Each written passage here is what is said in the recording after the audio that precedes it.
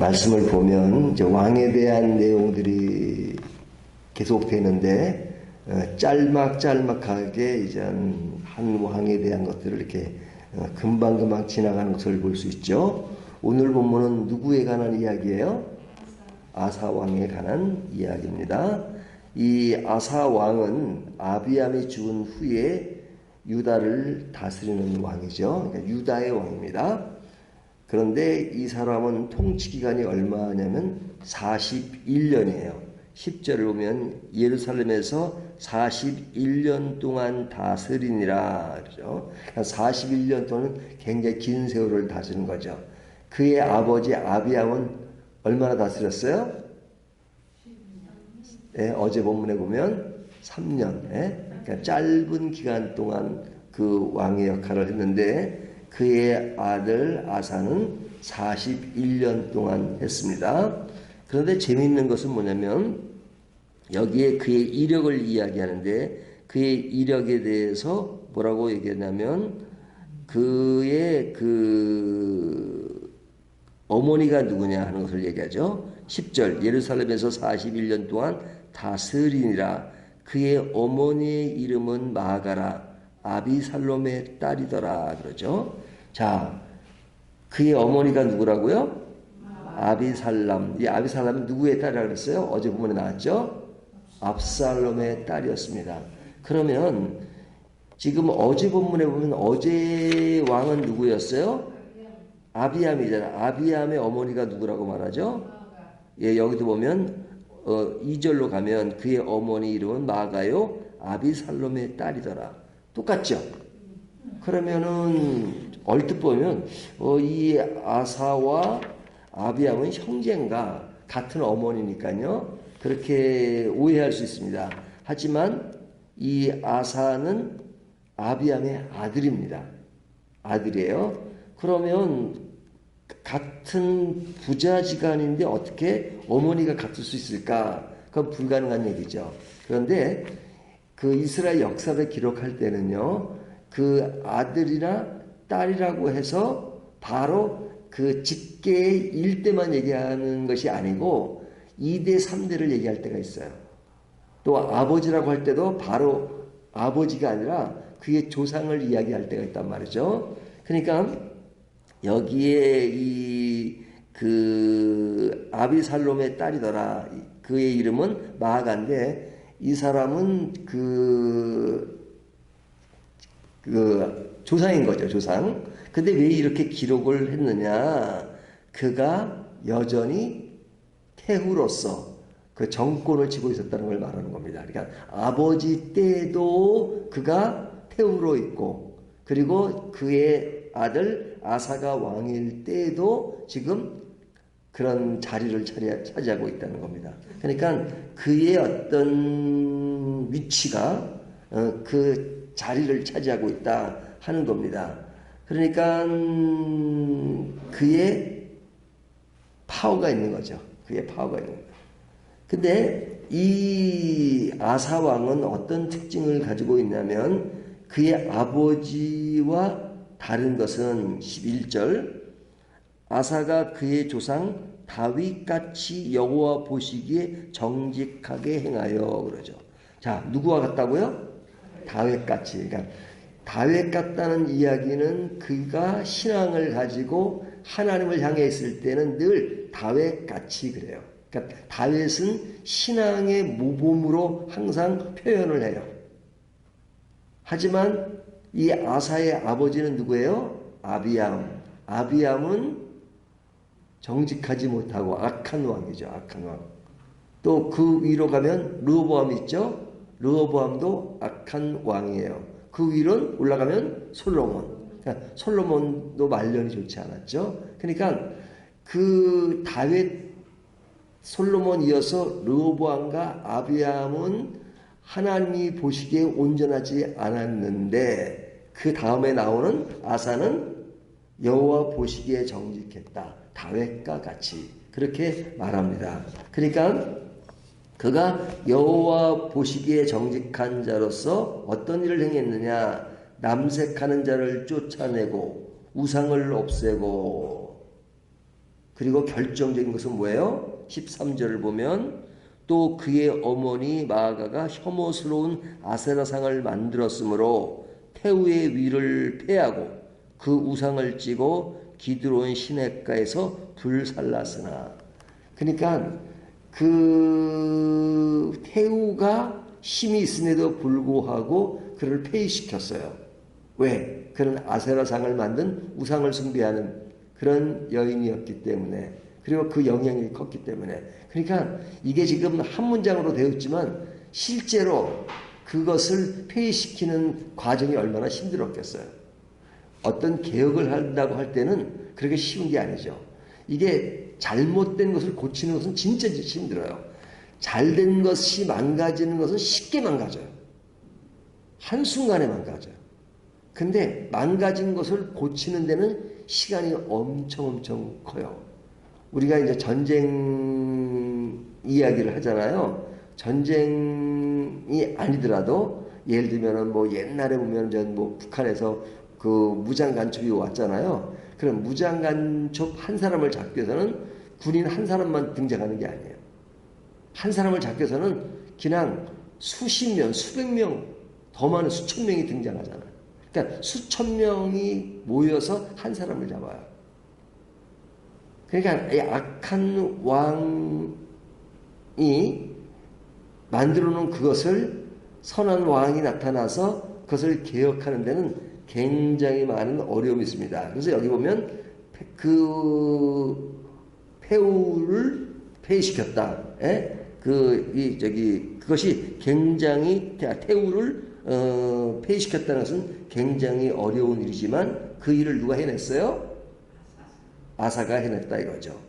그 아사가 그 일을 해내는 것은 굉장히 힘든 일이지만 해냈습니다. 그래서 14절에 보면 다만 산당은 없애지 아니하니라. 그러나 아사의 마음이 일평생 여호와 앞에 온전하였으며, 그 다윗을 얘기할 때 온전하다는 얘기를 할 때 온전한 것은 행실이 완벽하다는 것이 아니라 하나님을 향해 있다 하는 것이죠. 하나님을 향해 있다.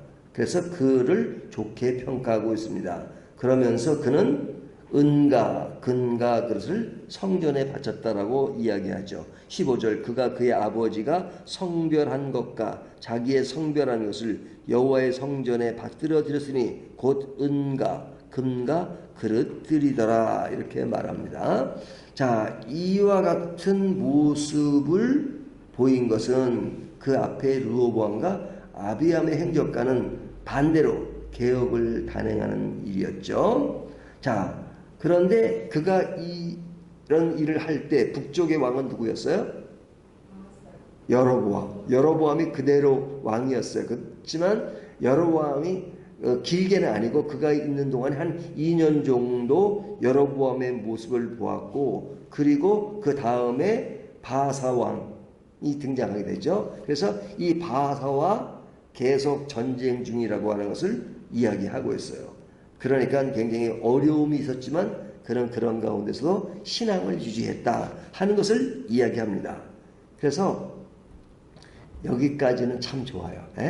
우리가 영어 공부할 때 so far so good, 어디서부터 어디까지 때 so far so good, 거기까지는 참 좋아요. 근데 뒤에 나오는 16절부터 24절까지는 분위기가 좀 달라지는 것을 볼 수 있어요. 앞의 이야기는 그가 어떤 신앙관을 가지고 살아가는가 하는 것을 보여주고 있다면, 뒤에 나오는 이야기는 그가 왕으로서 보는 어떤 정치적인 분위기를 이야기하고 있습니다. 근데 그 정치적인 환경은 어떻어요? 늘 위협을 느끼고 있었어요. 그렇죠? 남북이 갈려져 있으니까 북쪽으로부터 늘 위협을 받고 있었어요. 그러니까 왜 위협을 받느냐? 북쪽에서는 자기들을 지키기 위해서 어떻게 했느냐? 좀 군사력을 발휘했단 말이죠. 왜 군사력을 발휘했느냐? 이스라엘 사람들은 제사를 드리기 위해서는 어디로 갔어요? 예루살렘으로 갔잖아요. 예루살렘에는 유다에 있잖아요. 그러니까 그 이스라엘 사람들이 유다로 가지 않기 위해서 그들을 제재하기 위해서는 통제를 해야 되고, 통제하기 위해서는 유다와는 어느 정도 그런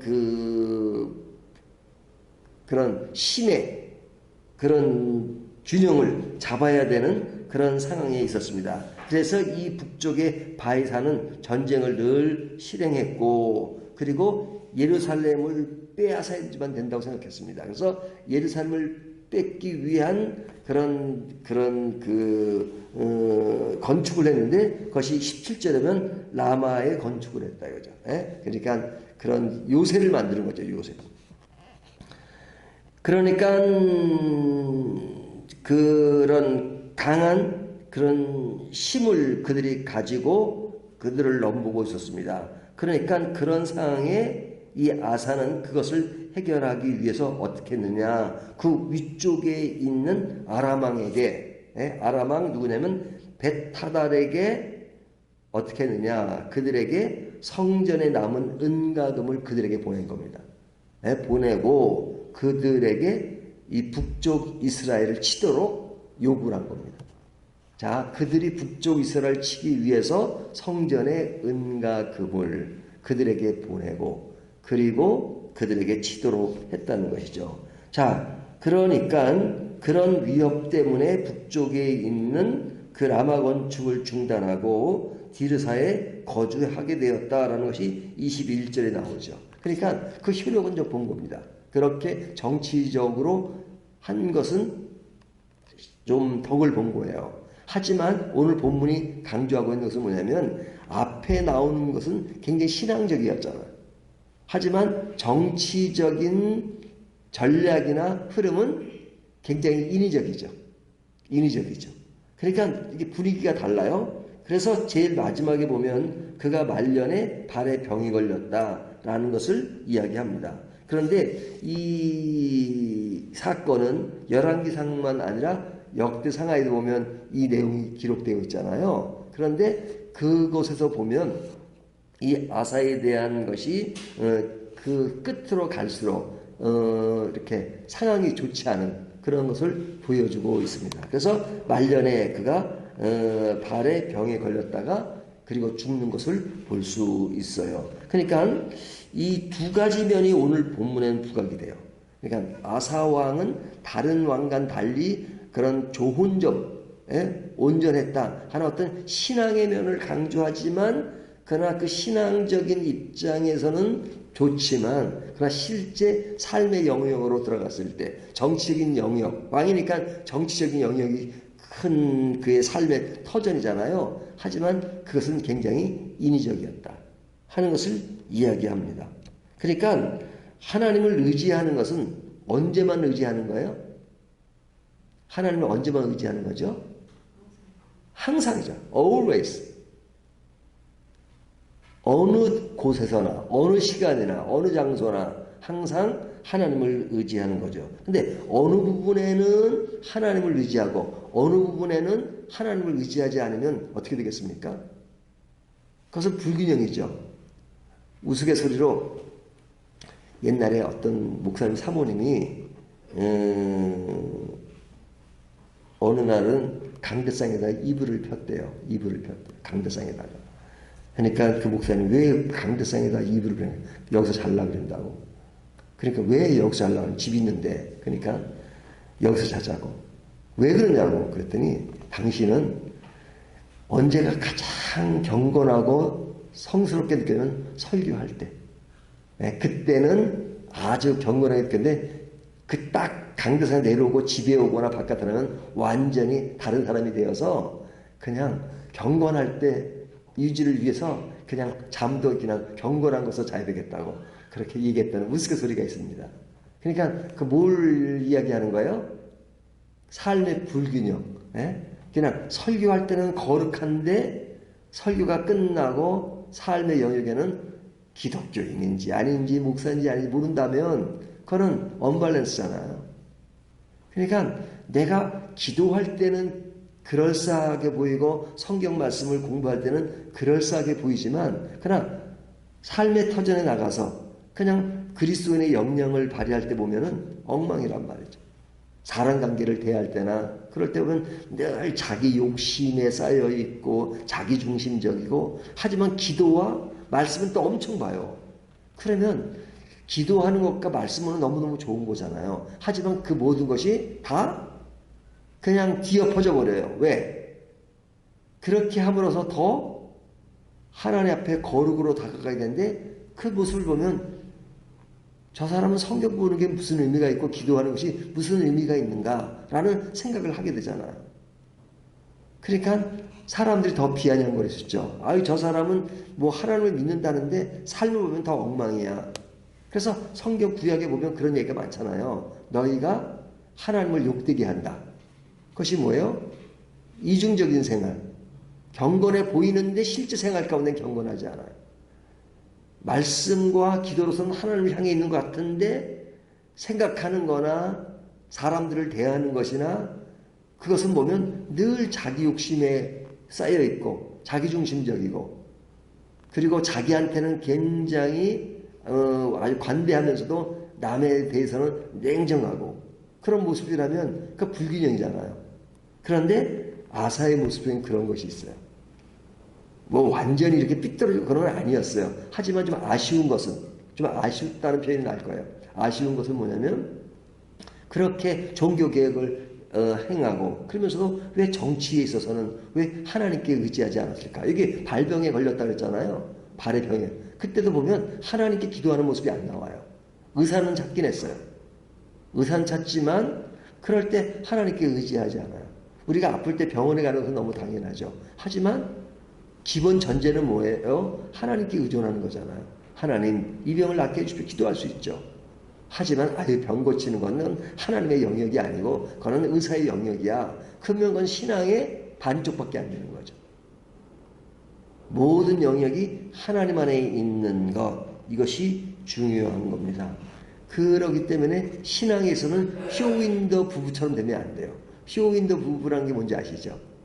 옛날에 보면은 영국의 그 찰스 그 왕자와 다이아나가 딱 왔어요. 예? 둘이서 그냥 그 외교상 같이 다정해 보이지만 실제로 부부 사이가 너무너무 안 좋았다는 거죠. 근데 대외적인 사람들이니까 대외적인 부분에서는 그냥 억지로 웃고 억지로 그냥 친한 척하는 거예요. 하지만 카메라가 딱 지나가면 완전히 싸늘한 부부가 되면 그것은 쇼윈도 부부라 그래요. 보여질 때만 부부인 거예요. 근데 신앙도 그럴 수 있어요. 신앙도 그냥 보여질 때 그때만 신앙이 있고 그리고는 늘 삶에 있어서는 냉랭한 것이라면 그것은 더욱 슬픈 것이죠. 하나님을 믿는 것 같은데 믿지 않는 것이라면 그것은 더욱 슬픈 것이죠. 우리가 약합니다. 온전할 수 없어요. 그리고 부족해요. 그리고 내가 신앙생활을 잘하려고 하더라도 늘 넘어질 때도 많아요. 하지만 중요한 것은 하나님 앞에 정직한 것이 중요합니다. 그래서 다윗은 그런 기도는 정직한 영을 새롭게 하소서. 늘 우리에게 하나님의 정직한 영이 나를 지배하게 함으로써 늘 정직한 게 중요해요. 슬플 때도 슬프다고 말하고 즐거울 땐 즐거웠다 말하면서도 위선적인 것이 아니라 삶의 영역에서 모든 것이 하나님의 뜻에 맞는 것을 바라보며 나가는 것. 그러니까 사람한테 잘 보여봤자예요. 하나님 앞에 정직하고 사람한테도 있는 그대로 그냥 부족하면 부족한 대로 또 모르면 모르는 대로 약하면 약한 대로 보이지만 항상 진실한 것이 중요하죠. 하나님 앞에 진실한 것. 그러면 하나님께서 그런 자를 더 기이 쓰십니다. 오늘도 이 말씀을 통해서 우리가 하나님 앞에 어떤 모습인가 하는 것들을 다시 한번 살펴보는 저와 여러분이 되시기를 주님의 이름으로 축원합니다.